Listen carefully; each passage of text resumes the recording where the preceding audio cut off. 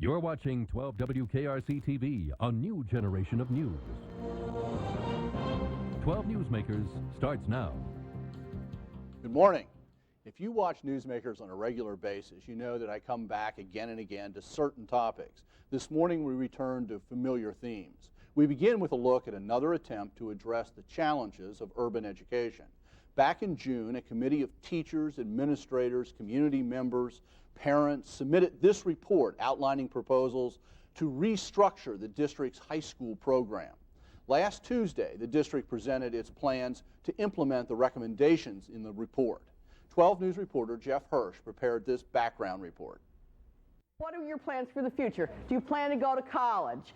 It's an important question for these Taft High School students, but the sad fact is that statistics show most of them will drop out.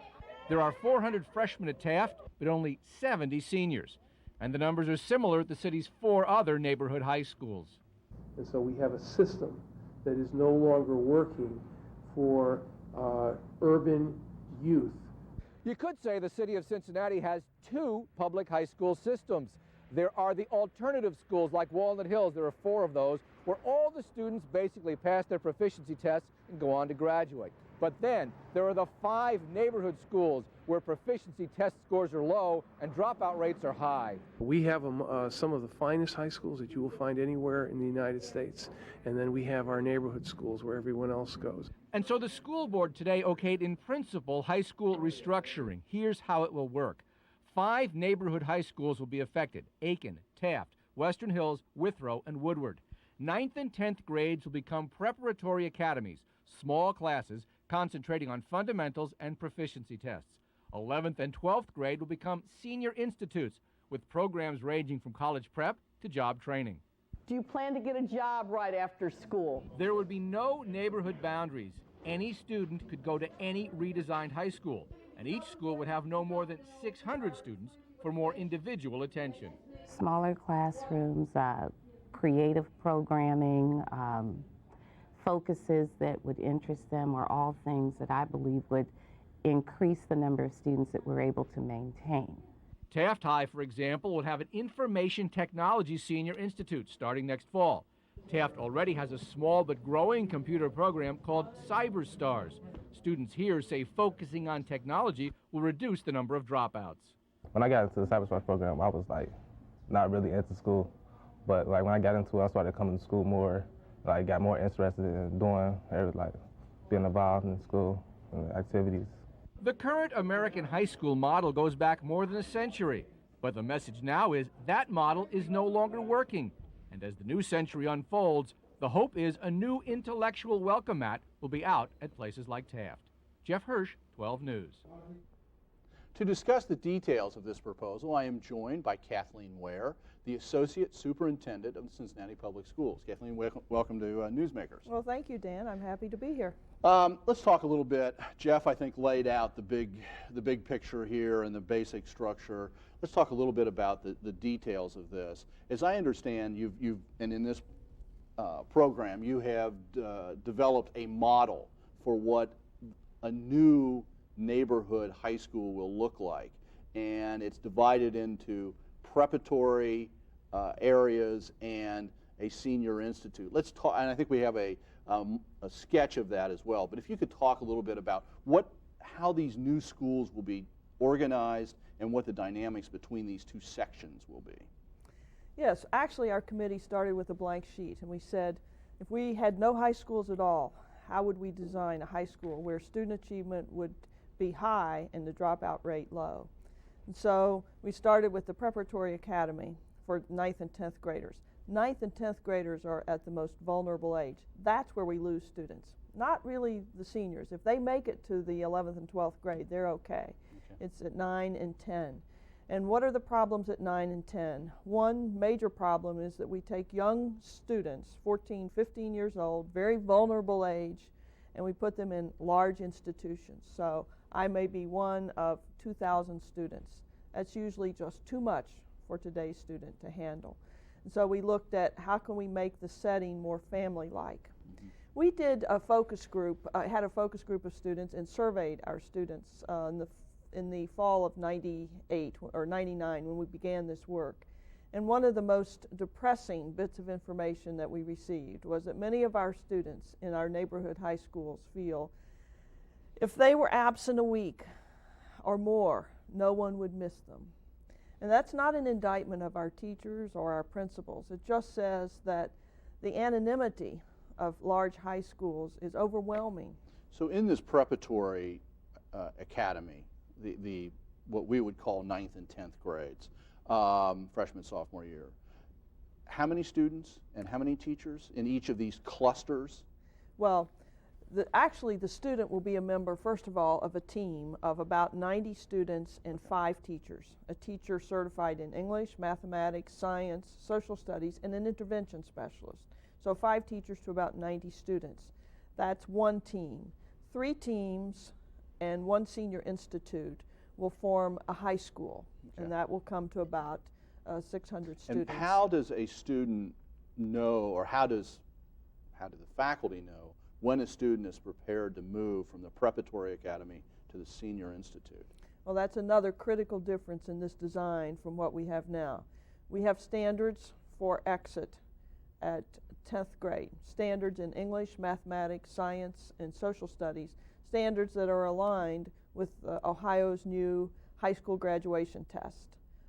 Now, are we talking, well, we hear so much about the 9th grade proficiency test. Is that what we're talking about? Well, no, not any longer, because Ohio is phasing that out. And this year's 8th graders will be the first students to come under the new requirement of having to pass all 5 of the, what we might call the 10th grade proficiency test, but Ohio is now calling it the Ohio graduation test. Okay, so there is this new set of standards, yes, and preparatory academy students will need to meet those standards. That is correct. What if they do that in a year?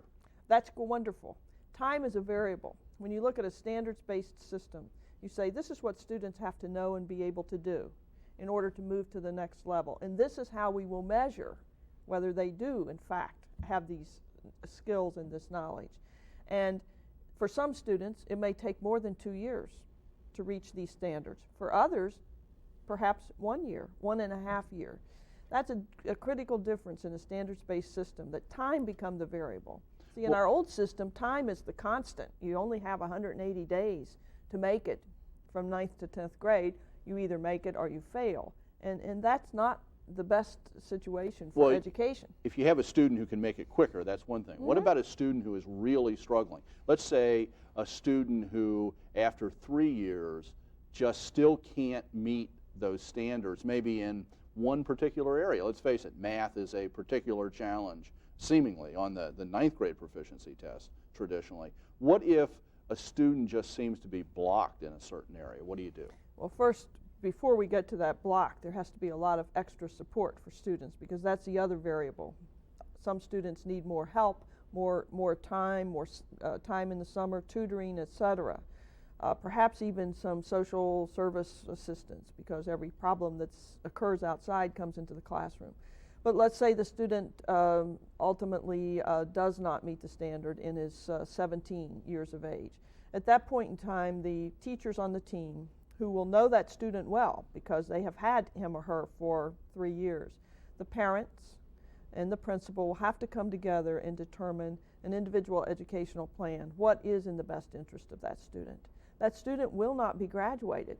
In today's world, by state law, you will not be graduated unless you have passed all 5 of those tests. What could happen? What could be the individual plan for a student like that? Well, the individual plan, if the team and the parents and the principal feel that all of the educational alternatives to getting the student to meet those standards have not been successful and probably will not be successful, then there are adult basic literacy programs for GED, employment programs that the student could be entered into, yes, so that the student would be able to have some employment would be a goal. Okay, that's the preparatory area, the preparatory academy for younger students of high school age. Then students who master that, succeed, go into the senior institutes, and there, as the model showed earlier, there's 1 per high school as we're describing it, but they're also focused around a particular theme, as I understand it. These different neighborhood high schools that we were talking about will now pick up focal points. Is that correct? Yes, that's correct. So I've met the standards and I'm ready for the Senior Institute, and I probably am about 16 years old. I should have more choice in my curriculum. See, in the preparatory academy, the student won't really have much choice at all. Will those be the same sort of no matter which of the schools you're going to? Could for example, when you're going into the 9th grade level, whatever age that is, do you have to know what Senior Institute you want to go to? No, you don't have to, but you will know the Senior Institutes that are attached to the preparatory academies that you'll be selecting. Okay. So I think most parents and students will select a preparatory academy with the Senior Institute in mind. Okay. Because most won't want to leave. So what are some of those focus areas for the Senior Institute? Well, information technologies is one that we're proposing for Taft High School. Actually, the Taft High School community proposed itself to be the site for the information technology And that's the one program. that Jeff focused on a little bit in his report. Realistically, a student graduating from the Information Technology Senior Institute, now we're talking about a graduate now at the other end, what are they prepared to do? Are they prepared to go to college? Are they prepared for the workforce? What are they prepared to do at that point? Well, first of all of the graduates from Senior Institutes will be prepared to go to college because all will have met the district's graduation requirements and the state's requirement of the 4 years of English and so forth. So that will be consistent regardless of the theme of the Senior Institute. And so if I'm in the Information Technology Senior Institute, I'll be prepared to go to college. And if I don't want any more to do with information technologies the rest of my life, if I want to become a historian, then I can do that. And that's important because the choice of the Senior Institute certainly doesn't doom one to having to live with that vocation forever.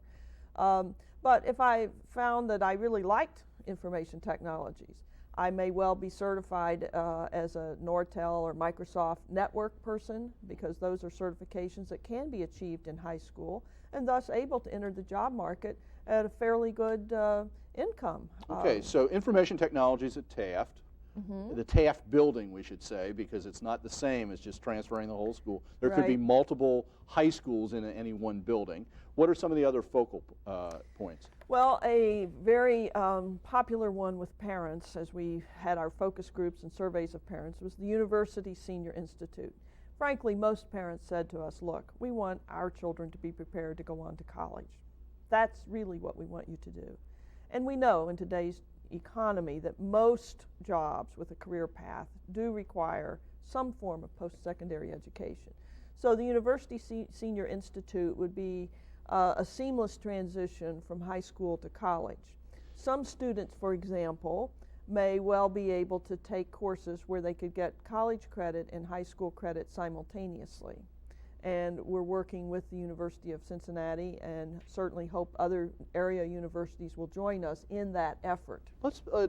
This is an area that I find interesting. On the one hand, there are the specialized high schools. Walnut Hills has a very advanced AP program, advanced placement program. SCPA, which has a very focused program, Clark Montessori, et cetera, et cetera. Those students tend to graduate, tend to not drop out, et cetera, et cetera. Now we're talking about this other group. I mean, this plan is designed to address the needs of this other group who clearly dropout rates are high, problems are high. Are all these students, I mean, this university program, are we being realistic, or is this just pie in the sky to say now these are going to be university-directed high schools? Well, we're being realistic because the difference here is that the students will have to have met the standards for exiting 10th grade. So the success or failure of this plan is really at the preparatory academy level. Okay. If we can achieve a much higher student achievement rate and a lower dropout rate in those preparatory academies, those students will be prepared to take advantage of a university senior institute. So we really have to focus our resources and attention more on the preparatory academy in order to be successful here. You know, in the report, there were some things mentioned that were intriguing, like a museum school in cooperation with a natural history museum or a military academy.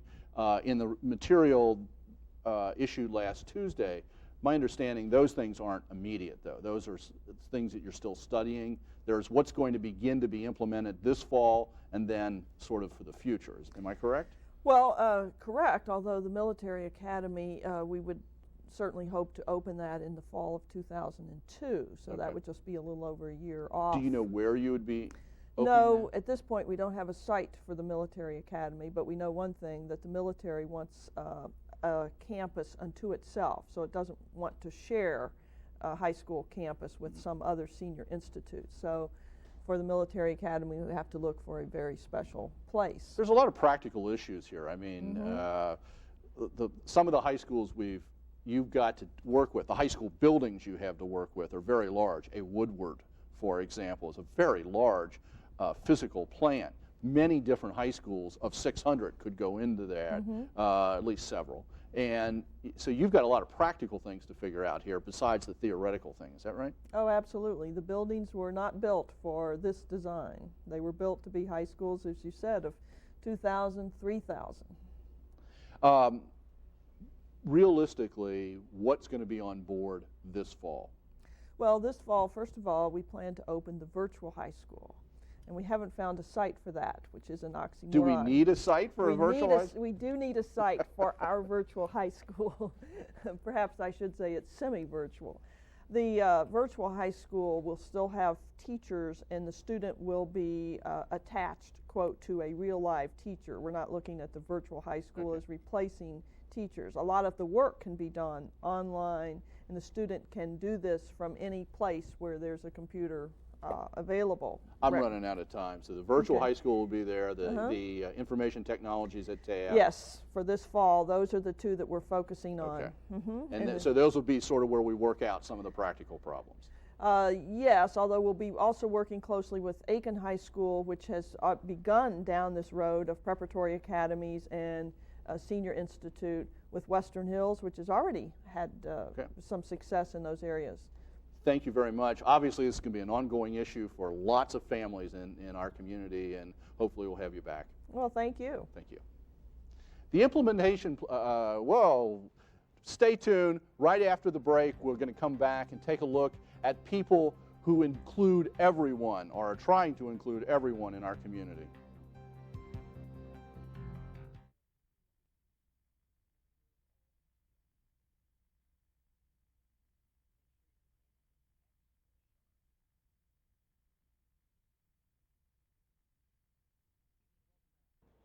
Welcome back. Since 1993, the Inclusion Network, a local volunteer group of consumer advocates, agency representatives, professionals, parents, educators, business and community leaders, have worked to include people with disabilities in all aspects of Greater Cincinnati's life. One way of raising consciousness is a dinner that recognizes individuals and organizations that have taken leadership roles. This year's award dinner is scheduled for tomorrow night at the Hyatt Regency. For the third year in a row, I am joined by someone from the Inclusion Network and an award winner. Sandy Kerlin is the co-director of the Inclusion Network. Jean St. John is the Community Arts Coordinator for the Covington Community Center, one of the organizations that will be recognized this year. Welcome to Newsmakers. Thanks, Dan. Let's start out by just the Inclusion Network. I gave the sort of standard institutional background. What is it really? What are you trying to do? What do you do? Basically, Dan, we're an organization that tries to network people with disabilities with all the possible opportunities in the community so that people can be full participants in community life. So instead of providing direct services, we work to link and network people and to create new opportunities for folks. When any of us think of disabilities, I think we quickly think of people who are wheelchair bound or who have that sort of problem or challenge. When you think of disabilities, what's the range? Global. We work with everyone from very young people all the way up through people who have disabilities because of age and everything in between. So it's anyone who has a condition that impacts one key aspect of their life. And there, we have there's no age group, there's no type of disability, it's all of the above. So people who have sight problems, people who have hearing problems. Right, cognitive, mental health issues, a disability because of disease or illness, recovering, someone who has an ongoing disability because of an illness. Now, I know there are a number of organizations that you're recognizing this year, and I think we have a list of those that we can put up. And they're sort of in different categories. We might take a look at some of them here on the screen. In the religious category, every year you focus on an organization. This year, the Madison Avenue Christian Church in Covington, as a workplace. Procter & Gamble. Procter & Gamble. Community-based, we're going to talk about that, so let's skip it for a minute. In the educational area, you're recognizing a particular person. Yes, Tim Riley, who's the principal of St. Ignatius School, for the wonderful job they've done of including children. And one outstanding person who has also died, Dixie Harmon. Right. So that's a full range. So you recognize every year people in these different areas. And this year in the community area, it's the Covington Community Center for a particular project. And could you tell us a little bit, Jean, about what your project is and how it came about? Well, we were named an award winner for a national project through the National Endowment in the Arts and the Mid-Atlantic Arts Foundation for Artists and Communities, America Creates for the Millennium. And that was a national program to show how artists can be a part of community development and community life. Was it specifically to get people with disabilities involved, or was it broader than that? The community at large. And each state had a host site, and we were named the host site for Kentucky. And what was your project? What is your project? The project is the Covington Millennium Mosaic, which was a 4-month artisan residency with Olivia Goody, who is a visual artist from Chicago, who came down and created these mosaic benches, glass tile scenes. It was a 4-month residency where we had people across the community come in and participate in the design, in the words, and the actual making of the mosaic scenes. We're seeing a little bit of that on the screen right now. We'll see some more of it at the close of the show. Now, obviously, in inviting people from the community in general in, the fact that you're being recognized as an award winner with the Inclusion Network, people with disabilities must have become involved in this as well, right? Yes, people with disabilities were involved, but when you invite the community at large, that also means you're inviting everyone from all walks of life, and that brings all kinds of disabilities along with it. So what we did was try to work as inclusionary as possible, bringing people in and making them feel welcome and a part of the project. Were there any big challenges with that? Any things that you did to make sure that people felt welcome? We did things that were just ordinary in so many ways, making sure the tables were comfortable, making sure there was food. We had multi-generational, where we had folks come in that didn't want to drive at night, so we made sure there was a multitude of hours. Different people with arthritis were there, different people with different learning disabilities, making sure that they could do something that they felt included as well. This, Jean's describing this as they did ordinary things, common sense things. Right. Obviously, you saw this as worthy of an award. What was it that stood out for the Inclusion Network? What's really interesting, Dan, that almost always award winners see what they do as ordinary, and that is the outstanding thing, that people who understand inclusion understand that the community really does mean all of us, and that all of us together is what enriches all of us and creates a diverse experience. So what was outstanding about the Mosaic Millennium Project was that they did think it was ordinary, and that they did a wonderful job of including anyone who came through the door, made sure they were welcome, and had an important job to do as part of the project. We're just about out of time, but when do the mosaic benches go out on display? They are going to go to the Northern Kentucky Convention Center until the park that they're designated for is built, which is the Park Place Square in Covington. And when will they be out in the park? We hope that as soon as when the park is developed in the next year or so, they will be there as well, and they have a design to go into that park. Congratulations to Thank you for your award. Thank you for coming back this you, year, Dan. and thank you for your work in the community. Thank you. Thank you for making Newsmakers a part of your Sunday morning. Join us again next week, and have a good week.